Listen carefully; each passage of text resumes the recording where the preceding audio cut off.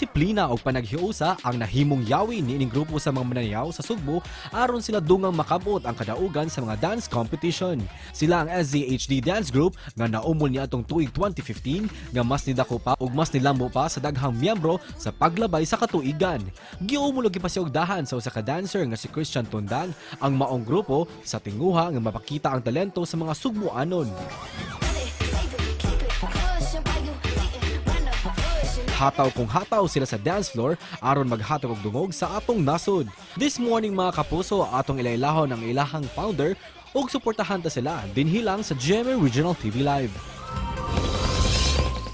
Atong makauban karon ang pangusa sikat nga dance group dinhi sa Sugbo, ang SZHD team. Busa tara makihataw ta. Let's all welcome sa programa Christian Tondag. Mayong buntag, Sir Christian, ug welcome din sa GMA Regional TV Live. Please greet all our kapuso, ilabi na ang mga miyembro sa SZHD. Good morning everyone, good morning mga kapuso, and good morning sa akong team sa SZHD. Kung asa man mo karon, I hope okay lang mo karon. Sir Christian, una sa tanan, kanusa naumol ang SZHD ug kinsa ang nagpasiugda niini?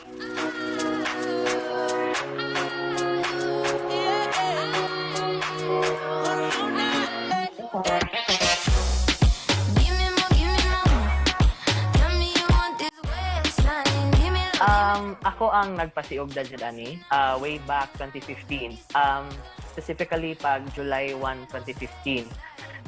Before kay we only have 7 members, and among name before is not as HD pa but Sezihud, which consists of a 7-member team nga ang mga dancers kay part sa LGBT community. Then after ato kay pag 2017 naka-decide ni himuon og mega crew ang amoang group. Ang mega crew kay mo consist na siya around 30 to 40 members.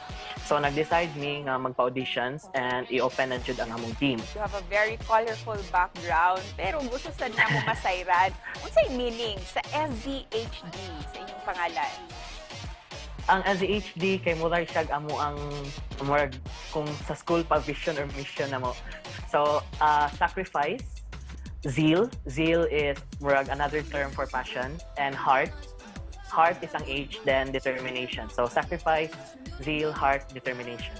Most concepts nga amo ang gibuhat, especially during competition sets na mo, kay ako jud ang nag-conceptualize. Pero sa choreo, kay I have a lot of choreographers in SZHD. Way back pag 2015 to 2017, kay most kay ako na jud. Pero ever since nga nahimo naming mega crew, kay daghan na jud ko og choreographers. Sa mga background, sa sagad sa inyong mga miyembro, mga estudyante pa ba or mga nagtrabaho na?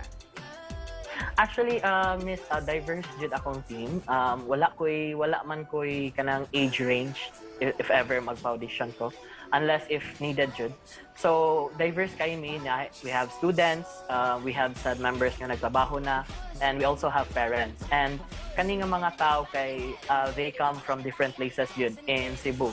So dili lang siya sa Cebu City. We also have members from Danao, from Naga, Cordova, Lapu-Lapu, and Mandawi. Doon na mo isalmutan nga contest sa Singapore. Can you share this to us? Yes, miss. Yes. Way back August 2022, miss, nakadaog mi sa World Supremacy Battlegrounds Visayas leg.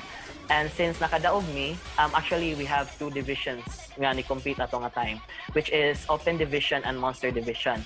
Ang Monster Division consists of 40 members, and fortunately we won. And among Open Division kay consists of an all-girl group. So babae sila tanan, 19 dancers, and nakadaog sila. So we both won 2 divisions.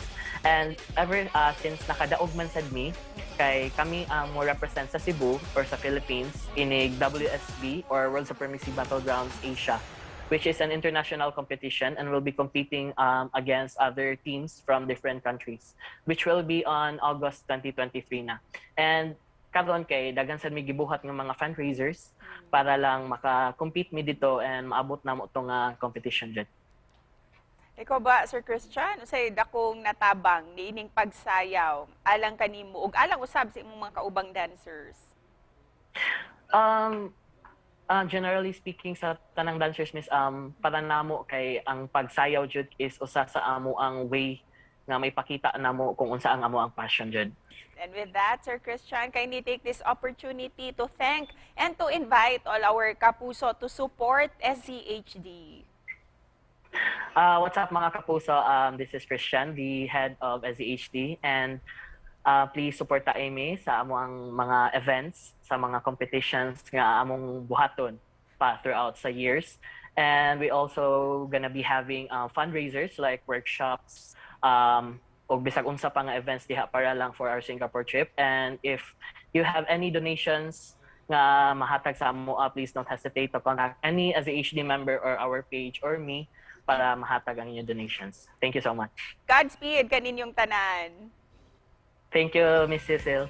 And thank you, GMA.